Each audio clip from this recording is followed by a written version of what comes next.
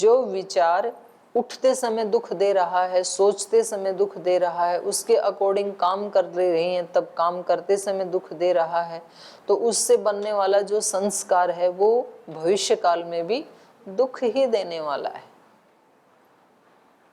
व्यक्ति संस्कारों को बनाता है अपनी ही इच्छा से, अपनी ही इच्छा से कहता है कि आपने आज जो अपमान किया है इसको कभी भूलूंगा नहीं, बोलते हैं ना व्यक्ति ऐसे। तो नहीं भूलोगे तो नुकसान किसका होगा? आपका ही होने वाला है। और बड़ी शान से बोलता है कि आपने जो अपमान किया इसको नहीं, इसको भूल जाओ तुरंत ही, तो आप बच जाओगे। इसलिए हमारे यहाँ पर क्षमा एक शब्द बना। दूसरे को क्षमा करो, भूल जाओ, आगे बढ़ो। तो जो क्षमा मांगे तब तो करें, मांगता तो नहीं है, बिना मांगे ही कर दो क्योंकि वो मांगेगा नहीं कभी, उसको सॉरी बोलना ही नहीं है। तो आप बिना मांगे क्या बोलो? बोले चलो भाई आपके सारे अपराध क्षमा किए आज। ऐसा कहने से अपना चित्त हल्का हो जाएगा। अपने चित्त को शुद्ध करने के लिए, हल्का करने के लिए, इसलिए तो संध्या में बोलते हैं आप, योस्मान द्वेष्टियम वयम द्विष्मस्तंभो जम्भेदद्म। इस मंत्र का यही तो अर्थ है। जिसने भी हमारे से द्वेष किया या हमने जिससे द्वेष किया आज के दिन में, वो सारा का सारा हमने क्या कर दिया? भगवान के जबड़े में रख दिया। जम्भेदद्मः, उसकी न्याय व्यवस्था के ऊपर छोड़ दिया। वो जो करेगा करेगा, आपकी न्याय व्यवस्था पे हमें विश्वास। ऐसा कहते व्यक्ति हल्का हो जाता है। और जो व्यक्ति भगवान को नहीं जानता, किसी ने किसी को कष्ट दिया, तो वो व्यक्ति क्या करता है? माता पिता को बताता है, गुरुजनों को बताता है। आपको आपस में एक दूसरे से कभी किसी से कोई झगड़ा विवाद हो जाए तो आप क्या करेंगे? आप मेरे को बता देंगे, बताने के बाद हल्के हो जाते हैं, भाई ठीक, अब दीदी को बता दिया, जो करना है करें। ऐसे साधक क्या करता है? भगवान को बता देता है। तो 6 बार बोलता है ऐसे। मनसा परिक्रमा मंत्र कितने हैं? तो 6 बार बोलता है, 6 दिशाओं में जाता है, पूर्व, दक्षिण, पश्चिम, उत्तर, नीचे, ऊपर। इन सारी दिशाओं में ऊपर नीचे चारों तरफ से जिसने भी हमारे से द्वेष किया और जिससे हम द्वेष करते हैं, उन सब को हमने माफ किया, क्षमा किया, तो हम हल्के हो गए फिर। इसलिए वो कर्माशय बनेगा नहीं फिर, और वरना तो कर्माशय बन जाएगा। क्लेश हेतु का कर्माशय प्रचय क्षेत्री भूताः क्लिष्टाः। क्लिष्ट उसको कहते हैं जो क्लेश की हेतु हैं, दुख देने के जो निमित्त बनते हैं, ऐसे जो संस्कार। ख्याति विषया गुणाधिकारा विरोधिन्यो अक्लिष्टाः। और इसके विपरीत ख्याति विषया, ख्याति कहते हैं ज्ञान को, जो ज्ञान विषय वाली हैं, और गुणाधिकार विरोधिन्यो, गुणाधिकार मतलब गुणों की कार्यकारियता को रोकने वाली। गुणों की कार्यकारियता क्या है? गुणों की कार्यकारियता क्या है? त्रिगुण से आगे पूरी सृष्टि चलती है ना। त्रिगुण से पहले महतत्व, फिर अहंकार, फिर एकादश इंद्रियां, फिर 5 तन्मात्राएं, फिर पंचभूत, फिर ये सारी सृष्टि, फिर गीता फैल गई। अब वो इसमें नहीं आने वाली। तो जितना सृष्टि को फैलाओगे उतना ही समेटना मुश्किल होगा। अपने कमरे में जितना सामान को बिखेर के रखोगे उतना ही उसको समेटना मुश्किल होगा, और कमरे में रहना कठिन होगा, कष्टदायी होगा। और जितना अपने सामान को सिमेट के कोने में रखोगे, आराम से बिंदास रहो, वहाँ व्यायाम भी कर सकते हैं, प्राणायाम भी, पढ़ भी सकते हैं, कुछ भी कर सकते हैं। तो ये कैसी वृत्तियां हैं? ख्याति विषया गुणाधिकार विरोधिन्यो, गुणों के अधिकार की विरोधिनी। ये संसार को, सृष्टि को फैलने नहीं देती, बल्कि उल्टा चलती है प्रतिप्रसव की तरफ। गुणों के अधिकार से विरोधिनी अर्थात भगवान की तरफ ले जाने वाली। भगवान की तरफ जैसे जैसे जाता है व्यक्ति तो संसार को सिमेटता है ना। फिर आप इस राह पे आए भगवान की तरफ, तो वहाँ के संसार को सिमेट के आए। आपके पास कोई रेडियो था, वो किसी फ्रेंड को दे के आए, कोई आपके पास साइकिल थी, किसी दूसरे को दे के आए, मोटरसाइकिल किसी तीसरे को दे के आए, सब निपटा करके आए ना, ताकि यहाँ रह करके निश्चिंत रहें, भाई जो था वो निपटा दिया, बस छुट्टी अब। तो ये जो वृत्तियां हैं ये कैसी हैं? गुणाधिकार विरोधिनी, संसार के विस्तार से विरोधिनी है, ये उल्टा, ये भगवान की तरफ ले जाने वाली हैं। ऐसी वृत्तियों को क्या कहा? अक्लिष्टा। अक्लिष्ट, ये क्लेश नहीं देंगी, कष्ट नहीं देंगी। अपनी सारी वस्तुएं कोई किसी व्यक्ति को दान कर देता है और हल्का हो जाता है, तो ऐसा करके व्यक्ति को क्लेश, कष्ट मिलता है कि सुख मिलता है? सुख मिलता है। ये तो सुख देने वाली वृत्तियां हैं। और आगे कह रहे हैं क्लिष्ट प्रवाह पतिता अपि अक्लिष्टा। और ये जो अक्लिष्ट वृत्तियां हैं ना, जो भगवान की तरफ ले जाने वाली हैं, ये क्लिष्ट प्रवाह पतिता अपि, क्लिष्ट प्रवाह में पड़ी हुई भी अक्लिष्टा। ये वृत्तियां भी कहाँ उठती हैं?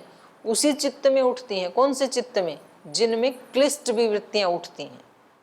तो एक प्रवाह चल रहा है ना चित्त में, तो वृत्तियों का, तो अच्छी भी हैं बुरी भी हैं। तो बोलिए उन बुरी के बीच में पड़ी होती हुई भी अच्छी ही रहती हैं, बुरी के साथ रह करके बुरी नहीं हो जाती हैं। हमारे चित्त में दो प्रकार के विचार चलते हैं, क्लिष्ट और अक्लिष्ट, और एक प्रवाह चलता है, कभी अच्छा कभी बुरा, क्योंकि हम वृत्ति सारूप्य रहते हैं। लेकिन तो भी जो क्लिष्ट हैं वो अक्लिष्ट के साथ रहते हुए भी क्लिष्ट नहीं होती हैं, और जो अक्लिष्ट है वो क्लिष्ट के साथ रहते हुए भी क्लिष्ट नहीं बनती हैं। माने नेगेटिव जो विचार हैं तो वो पॉजिटिव के साथ रहते हुए भी नेगेटिव बने रहते हैं, और जो पॉजिटिव विचार हैं वो नेगेटिव के साथ रहते हुए भी पॉजिटिव बने रहते हैं। वही कह रहे हैं ये क्लिष्ट प्रवाह पतिता अपि अक्लिष्टा, क्लिष्ट छिद्रेषु अपि अक्लिष्टा भवन्ति। कह रहे हैं क्लिष्ट छिद्रेषु, छिद्र मतलब क्लिष्ट वृत्तियों के जो विरोधी अभ्यास वैराग्य आदि हैं। क्लिष्ट के विरोधी तो यही है ना, क्लिष्ट मतलब क्लेश देने वाली, और उनके विरोधी क्या हैं? अभ्यास वैराग्य आदि। तो वही कह रहे हैं क्लिष्ट छिद्रेषु अपि अक्लिष्टा भवन्ति। जो क्लिष्ट के छिद्र हैं, छिद्र का मतलब है यहाँ पर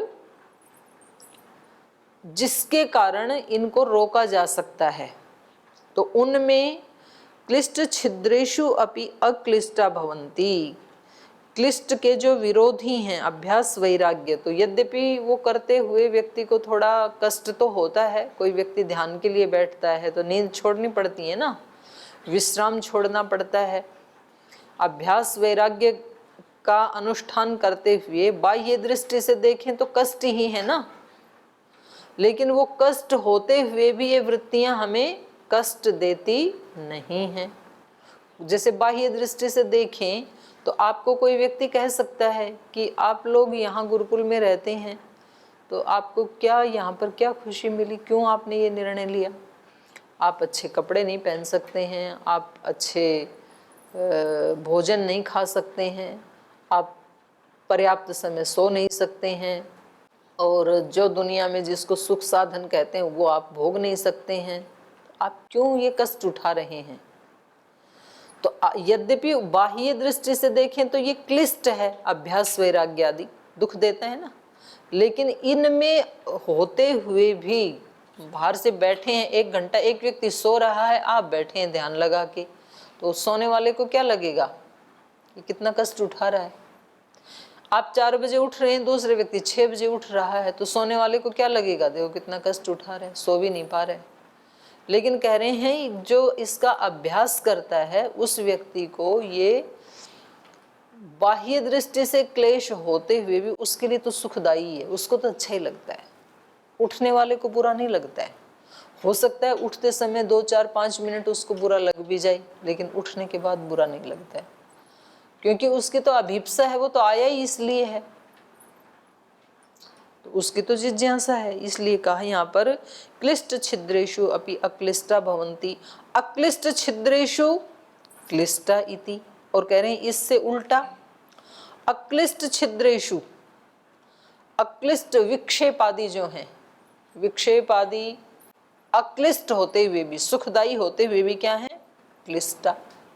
उससे उल्टा, जैसे मान लो आपको कहीं ऐसी जगह पे भेज दें कि जहाँ ना व्यायाम है, ना प्राणायाम है, ना यज्ञ है, ना ध्यान है, और वहाँ पर पार्टी चल रही हैं, नाच गान चल रहे हैं, ऐसे ही मतलब उल्टे पुल्टे काम चल रहे हैं, तो वो अक्लिष्ट होते हुए भी, अक्लिष्ट छिद्रेशु, विक्षिप्त, दूसरे लोगों के लिए तो सुख है, लेकिन आपके लिए क्या हो जाएगा, वो ही बिल्कुल दुखदाई हो जाएगा। बोले यहाँ करें क्या, कुछ भी नहीं हो रहा है यहाँ पर, ना भजन, ना ध्यान, ना प्राणायाम, ना साधना, कुछ नहीं। अक्लिष्ट छिद्रेशु अपि क्लिष्टाः तथा जातीय का संस्कारा। तो कह रहे हैं ये जो क्लिष्ट या अक्लिष्ट वृत्तियां हैं, अच्छे या बुरे विचार हैं, पॉजिटिव या नेगेटिव थिंकिंग है, उनसे तथा जातीय का संस्कारा, वैसे ही फिर संस्कार भी बन जाते हैं।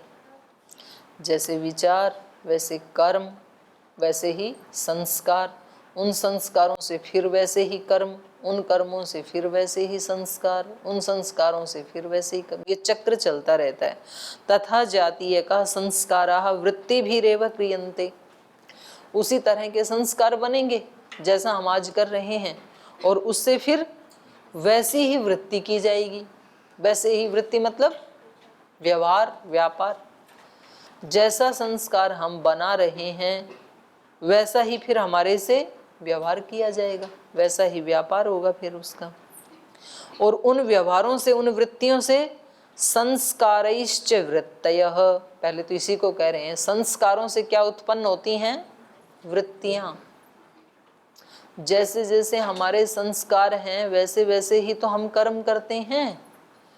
कोई प्रीति कर रहा है, कोई झगड़ा कर रहा है, कोई करुणा कर रहा है, कोई कंट्रोल कर रहा है किसी के ऊपर, कोई द्वेष कर रहा है, कोई सेवा कर रहा है, अलग अलग कर रहे हैं ना, सबकी वृत्तियां अलग अलग हैं।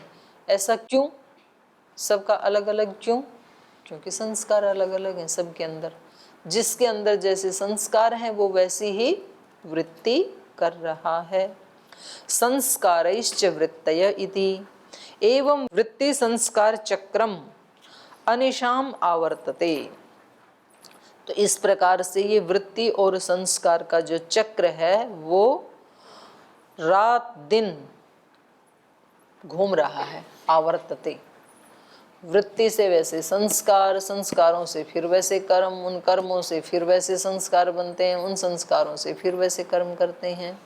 इसलिए झगड़ा करने वाला व्यक्ति झगड़े में एक्सपर्ट होता चला जाता है। एक बार झगड़ा किया, संस्कार बन गए, फिर उस संस्कार से फिर दोबारा झगड़ा करेगा, डबल संस्कार बन गए। डबल संस्कार से तीसरी बार अच्छा सा झगड़ा करेगा, ट्रिपल संस्कार बन गया। ट्रिपल संस्कार से तिगुना झगड़ा करेगा, तिगुना झगड़ा करने से 4 टाइम संस्कार बन गए। तो ये चलता ही रहेगा। करुणा करने वाला, त्याग करने वाला व्यक्ति क्या करेगा, एक बार किसी के ऊपर करुणा की, एक बार किसी के सुख के लिए त्याग किया, संस्कार बन गया। अब दूसरी बार और बड़ा त्याग करेगा, और ज्यादा करुणा करेगा, डबल संस्कार बन गए। तीसरी बार और उससे भी बड़ा करुणा का कोई काम करेगा, सेवा का काम करेगा, ट्रिपल संस्कार बन गया। तो ये इस तरह से चलता है। जो व्यक्ति एक ट्रैक पे एक बार चढ़ गया, जब तक वो उसको ब्रेक नहीं करेगा वो उस दिशा में आगे बढ़ता ही चला जाएगा। वृत्ति संस्कार चक्रम अनिशाम आवर्तते, ये अहर्निश घूम रहा है। तद एवं भूतम चित्तम अवसिताधिकारम आत्मकल्पेन व्यवतिष्ठते प्रलयम व गच्छति इति। तो कह रहे हैं एवं तद एवं भूतम चित्तम, इस प्रकार का ये चित्त, किस प्रकार का चित्त, वृत्ति और संस्कारों से युक्त चित्त। वृत्ति कर्म करते हैं, संस्कार बनते हैं, उन संस्कारों से फिर वैसा कर्म करते हैं, फिर वैसे संस्कार बनते हैं। तो ये वाला जो चित्त है वृत्ति और संस्कार वाला, तद एवं भूतम चित्तम अवसित अधिकारम, ये चित्त कैसा है, अवसित अधिकार। ये कभी विराम को प्राप्त नहीं होगा, चलता ही रहेगा, इसका अधिकार अवसित नहीं होगा। अवसित अधिकारम आत्मकल्पेन व्यवतिष्ठते, आत्मा के साथ बना ही रहता है। आत्मा जहाँ जहाँ जाएगी ना, वहाँ वहाँ ये चित्त भी जाता जाएगा। आत्मा गाय के शरीर में जाएगी तो ये चित्त गाय के शरीर में भी जाएगा। आत्मा किसी दूसरे मनुष्य के शरीर में दोबारा जन्म लेगी, ये वहां भी साथ जाएगा। ये आत्मा के साथ बना ही रहेगा ये चित्त। कब तक? प्रलयम वा गच्छति इति, जब तक कि महाप्रलय ना हो जाए। महाप्रलय होगी तब कहाँ जाएगा ये चित्त? तब चित्त तो अपने कारण में लीन हो जाएगा, मूल प्रकृति में, त्रिगुण में। लेकिन इसके जो संस्कार हैं बनाए हुए, ये ईश्वर के ज्ञान में बने रहते हैं। फिर जब महाप्रलय के बाद फिर सृष्टि बनेगी तो ईश्वर एक फ्रेश चित्त बनाएंगे और उस चित्त में ये सारा बैलेंस आ जाएगा पीछे का, फिर इसको वैसा ही जन्म मिलेगा। ऐसा नहीं है कि भाई महाप्रलय हो गई तो अब सारे सब बराबर, पुण्यात्मा पापात्मा सब, ऐसा नहीं है। वो ईश्वर के ज्ञान में संस्कार बने ही रहते हैं। तो इनका नाश कब होगा फिर? वो तो मोक्ष में ही होगा। जब तक व्यक्ति प्रयास नहीं करेगा तब तक तो ये संस्कार मिटेंगे नहीं।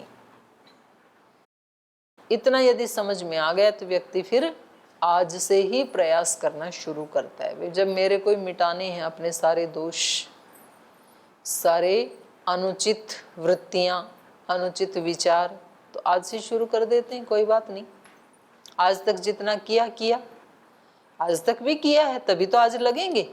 पीछे के संस्कार हैं। आज कोई ऐसा नहीं है बिल्कुल नया शुरू कर रहे हैं, ये आपका नया खाता शुरू, ऐसा नहीं है। पीछे का भी चल रहा, अनंत जन्मों का। इसीलिए तो आज इस कक्षा में बैठे हैं, नहीं तो नहीं बैठते थे। पर पीछे अधूरा छोड़ दिया, तो आज का संकल्प क्या है? अब की बार पूरा ही करके छोड़ेंगे, अधूरा नहीं छोड़ेंगे। अब तो अब की बार कमर कस के लगते हैं, ऐसे व्यक्ति को लगना चाहिए। तद एवं भूतम चित्तम अवसिता अधिकारम आत्मकल्पेन व्यवतिष्ठते प्रलयम वा गच्छति इति ताः क्लिष्टाश्च क्लिष्टाश्च पंचधा वृत्तयः। तो ये क्लिष्ट और अक्लिष्ट वृत्तियां जो हैं ये 5 प्रकार की हैं। कौन कौन सी हैं वो अगले सूत्र में बता रहे हैं। वो हैं प्रमाण विपर्यय, विकल्प निद्रा, स्मृतयः। ये 5 प्रकार की हैं वो वृत्तियां। प्रमाण, विपर्य, विकल्प, निद्रा और स्मृति। स्मृति भी एक वृत्ति है, नींद भी एक वृत्ति है। वृत्ति मतलब चित्त का व्यापार। तो चित्त जो है या तो प्रमाण, प्रमाण का मतलब 3, प्रत्यक्ष, अनुमान, आगम। हमारे चित्त में या तो हम अपने आमने सामने कुछ चीजें देख रहे हैं, उससे कुछ विचार, कुछ ज्ञान बन रहा है हमारे चित्त में, तो ये एक हो गया प्रत्यक्ष प्रमाण। फिर दूसरा, हम अनुमान प्रमाण से हमारे मन में कुछ विचार उठ रहे होते हैं। जैसे कहीं धूम दिख रहा है तो हमें क्या लगेगा? यहाँ पर अग्नि लगी हुई है। या फिर अभी हम पुस्तक पढ़ रहे हैं तो हमें पता चल रहा है त्रिगुण से युक्त प्रकृति होती है, फिर उसका विस्तार पंचभूत तक होता है, आत्मा ऐसा होता है। तो इस तरह से हमें आगम प्रमाण से कुछ मिलता है। तो हमारे चित्त में जो ये वृत्तियां चलती हैं प्रत्यक्ष से, अनुमान से, आगम से, उनको क्या कहेंगे? प्रमाण वृत्ति। प्रमाण से उठने वाले विचार, वृत्ति, एक ही बात है। फिर कुछ हो गया विपर्यय। विपर्ययो मिथ्या ज्ञानम। कुछ उल्टे पुल्टे ज्ञान भी चलते हैं हमारे दिमाग में। होता कुछ है, समझते कुछ हैं, दिखता कुछ है, बोलते कुछ हैं, तो उससे भी तो संस्कार बनते हैं, ये विचार भी चलते हैं। विपर्य।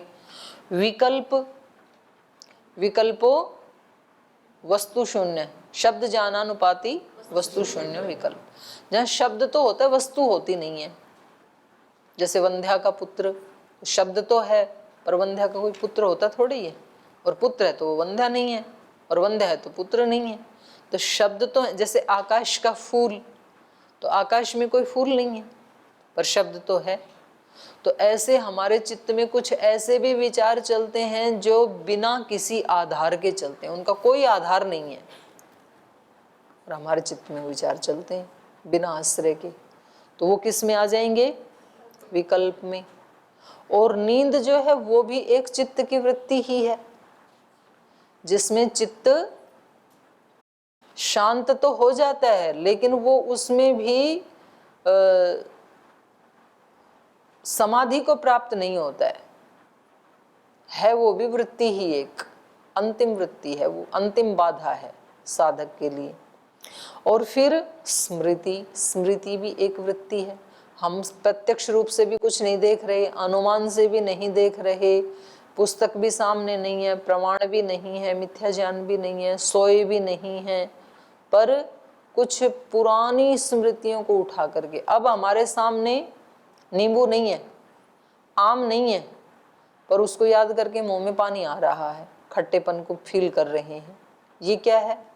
स्मृति। ये भी एक वृत्ति। सबसे ज्यादा स्मृति में रहता है व्यक्ति, प्रत्यक्ष होते हुए भी प्रत्यक्ष को नहीं देखता है, स्मृतियों में खोया रहता है। कभी अपने गांव में जाएगा, कभी अपने स्कूल में जाएगा, कभी अपने दोस्तों के पास जाएगा, कभी मार्केट में जाएगा, कभी श्रद्धालय में जाएगा, कहीं ना कहीं स्मृतियों में खोया ही रहता है। तो सारे के सारे विचार इस 5 के ग्रुप के अंतर्गत आ जाते हैं। तो वृत्तियां तो अनंत हैं, लेकिन उनको भी कितने उसमें बांट दिया? 5 भागों में बांट दिया। प्रमाण, विपर्य, विकल्प, निद्रा, स्मृतयः। अब इनका एक एक का डेफिनेशन बताएंगे ये। तो यहाँ पर प्रमाण की डेफिनेशन नहीं बताई, सीधा उसका विभाजन कर दिया प्रमाण का। आगे बताएंगे कि प्रमाण कहते किसे हैं, वो न्याय दर्शन में तो बताया प्रमाण किसे कहते हैं। प्रमीयते अनेन इति प्रमाणम, जिससे किसी चीज को जाना जाता है उसको क्या कहते हैं? प्रमाण कहते हैं। तो यहाँ पर उसके विभाग बता दिए कि प्रमाण कितने हैं। तो प्रमाण कितने हैं? प्रत्यक्ष अनुमान आगमाः प्रमाणानि। प्रमाण 3 हैं योग दर्शन की दृष्टि में, प्रत्यक्ष, अनुमान, आगम। और न्याय दर्शन की दृष्टि से 4 हैं। वहां एक और जोड़ दिया उपमान को, 3 तो हैं ही। तो यहाँ पर इन्होंने 3 माना, प्रत्यक्ष, अनुमान, आगमाः प्रमाणानि। इंद्रिय प्रणाली कया चित्तस्य बाह्य वस्तु प्रागात् तद विषय सामान्य विशेषात्मनो अर्थस्य विशेषावधारण प्रधाना वृत्ति प्रत्यक्षम प्रमाणम। कह रहे हैं ये प्रमाण जो है, इनमें प्रत्यक्ष प्रमाण किसको कहेंगे? इंद्रिय प्रणाली कया, इंद्रियों की एक प्रणाली है। जैसे आंख रूप को देखती है, कान शब्द को सुनता है, घ्राण गंध को सूंघता है, तो एक प्रणाली बनी हुई है ना इंद्रियों की। इंद्रिय प्रणाली कया, इस प्रणाली के द्वारा चित्तस्य, चित्त का बाह्य वस्तु परागात, बाहर की वस्तुओं से संपर्क होने से, चक्षु प्रणाली से रूप के साथ संपर्क हो जाता है चित्त का, श्रोत्र प्रणाली से शब्द के साथ चित्त का संपर्क हो जाता है, घ्राण प्रणाली से गंध के साथ चित्त का संप्रयोग हो जाता है। तो ये बताया इन्होंने। इंद्रिय प्रणाली कया चित्तस्य बाह्य वस्तु उपरागात तद विषया, उस विषय वाला, सामान्य विशेष, 2 प्रकार का ज्ञान होता है। सामान्य विशेष आत्मनो अर्थस्य, सामान्य और विशेष उस वस्तु के बारे में एक सामान्य ज्ञान होता है, एक विशेष ज्ञान होता है। जैसे हमने किसी वस्तु को ऐसे ही देखा, मैंने सामान्य रूप से देखा या आपने सामान्य रूप से देखा, तो सामने क्या पता लगा? गुलदस्ता रखा हुआ है एक फूलों का। अब आप इसको विशेष रूप से देखो, मैं आपसे पूछूं इसमें सफेद फूल कितने हैं, पीले कितने हैं, लाल कितने, गुलाबी कितने हैं, बताओ। तो ये बताने के लिए आपको क्या करना पड़ेगा? विशेष रूप से देखना पड़ेगा। फिर सामान्य रूप से पता नहीं चलेगा। सामान्य रूप से तो ये पता लगे रखा है बस। और फिर मैं पूछूं कि जो पीले वाला है उसमें पंखुड़ियां कितनी हैं, फिर और ध्यान से देखना पड़ेगा, विशेष रूप से देखना पड़ेगा। और फिर मैं बोलूँ उसमें छोटी कितनी और बड़ी कितनी और मीडियम कितनी है, और विशेष। फिर वो किस किस रोग में काम आता है पीला फूल गेंदे का, और विशेष आप जानेंगे। तो वस्तुओं का ज्ञान एक तो सामान्य ज्ञान होता है, एक विशेष ज्ञान होता है। तो यही बता रहे हैं, इंद्रिय प्रणाली कया चित्तस्य बाह्य वस्तु उपरागा तद विषया सामान्य विशेषात्मनो अर्थस्य विशेषावधारण प्रधाना वृत्ति, विशेष का अवधारण प्रधानता से जिसमें होता है उस वृत्ति को क्या कहते हैं? प्रत्यक्षम प्रमाणम। जब आपने विशेष रूप से देखा कि ये गेंदे का ही फूल है, गुलाब का नहीं है, तो गुलाब से एक विशेषता को उसमें देखा आपने, तो इसको क्या कहेंगे? प्रत्यक्ष प्रमाण। प्रत्यक्ष प्रमाण किसको कहते हैं? जो औरों से भिन्न कर देता है किसी वस्तु को, उसको हम प्रत्यक्ष प्रमाण कहेंगे। आगे कहा फलम विशिष्ट पौरुषेयश्चित्तवृत्ति बोध, माने प्रथम दृष्टया जो बुद्धि की वृत्ति है वो प्रमाण है, और जब पुरुष उस ज्ञान को अपना लेता है तो वह अपौरुषेय ज्ञान हो जाता है। जब वही ज्ञान पुरुष अपना लेता है, एक तो बुद्धि ने अपनाया उस ज्ञान को और अब समाधि में उसको साक्षात्कार कर रहा है पुरुष, तो उस ज्ञान को ही क्या कह देते हैं फिर? अपौरुषेय कह देते हैं। जो समाधि में जो ज्ञान हुआ ऋषियों को, तो उसको हम कह देते हैं अपौरुषेय। फलम अविशिष्ट पौरुषेयश्चित्तवृत्ति बोध, मतलब ये जो पौरुषेय ज्ञान है, जो प्रमा है, ये ही प्रमाण का फल है। प्रमाण का फल क्या है? प्रत्यक्ष प्रमाण। जैसे मैंने आपको कहा ना कि आप इसको ध्यान से देखेंगे तो एक सीमा तक तो मैंने बता दिया, पंखुड़ियाँ कितनी है वहाँ तक तो बता दिया, किस रोग में काम आता है उसको, और उसके ऊपर अब इस योगी ने क्या किया? धारणा ध्यान समाधि तीनों लगा दी उसी फूल के ऊपर। तो अब उस फूल का त्रिगुण से लेकर के और अभी खिला हुआ है यहाँ तक, जो भी उसकी हिस्ट्री ज्योग्राफी है, केमिस्ट्री है, वो सब का सब उसके चित्त में बिल्कुल ऐसे हस्त आमलक उसका ज्ञान हो जाएगा। तो इस योगी को जो इस फूल का ज्ञान हुआ, इस ज्ञान को क्या कहेंगे? प्रत्यक्ष प्रमाण कहेंगे। माने प्रत्यक्ष इसको नहीं कहेंगे बस मैंने देखा और प्रत्यक्ष हो गया, इसको प्रत्यक्ष प्रमाण नहीं कहेंगे। ये तो बुद्धि का प्रत्यक्ष है, ये सामान्य प्रत्यक्ष है। हाँ, विशेष प्रत्यक्ष। विशेष प्रत्यक्ष का मतलब अंतिम प्रत्यक्ष, समाधिस्थ प्रत्यक्ष, अपौरुषेय।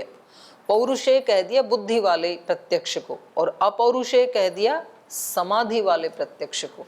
तो जो समाधि वाला प्रत्यक्ष है वो प्रत्यक्ष प्रमाण बनेगा, जो सूत्र में प्रत्यक्ष प्रमाण बताया ना, प्रत्यक्ष वृत्ति।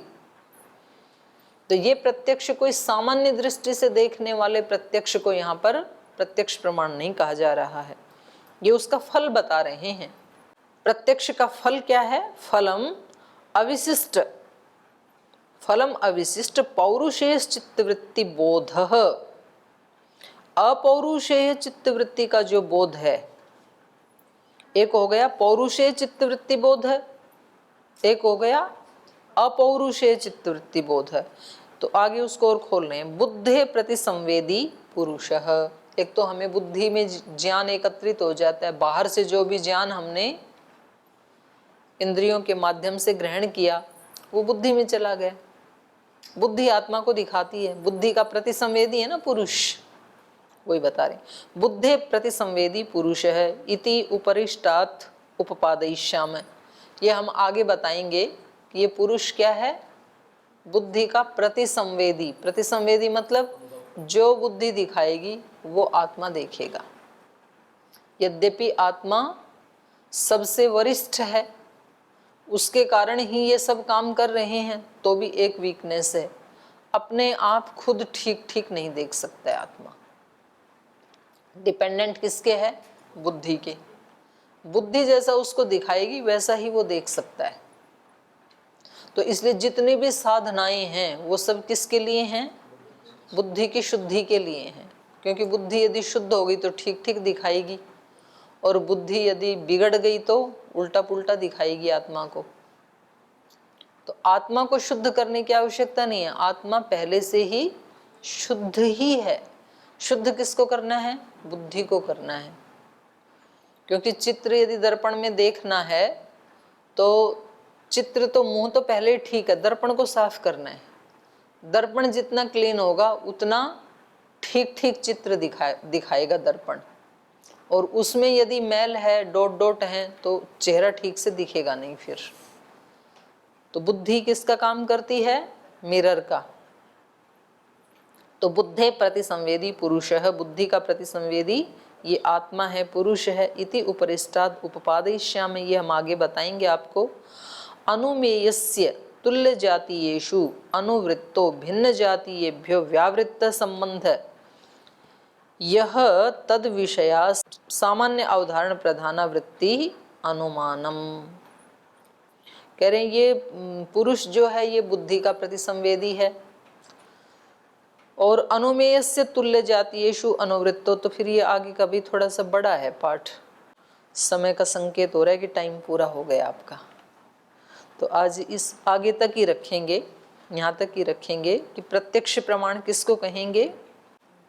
विशिष्ट ज्ञान को, जो समाधिस्थ अवस्था में प्रत्यक्ष होता है उसको हम क्या कहेंगे? प्रत्यक्ष प्रमाण। जो सामान्य बुद्धि से ज्ञान हो रहा है इसको प्रत्यक्ष प्रमाण नहीं कहेंगे। सामान्य रूप से देख रहे हैं ये ज्ञान कैसा है? सामान्य ज्ञान ही है, सामान्य रूप से देख रहे हैं ये सामान्य ज्ञान है, ये प्रत्यक्ष प्रमाण नहीं है। आप पूरा पूरा उस वस्तु के बारे में नहीं जान रहे हैं, केवल ऊपर ऊपर से देखा है ये तो आपने। तो आगे का शेष चर्चा कल करेंगे। ओम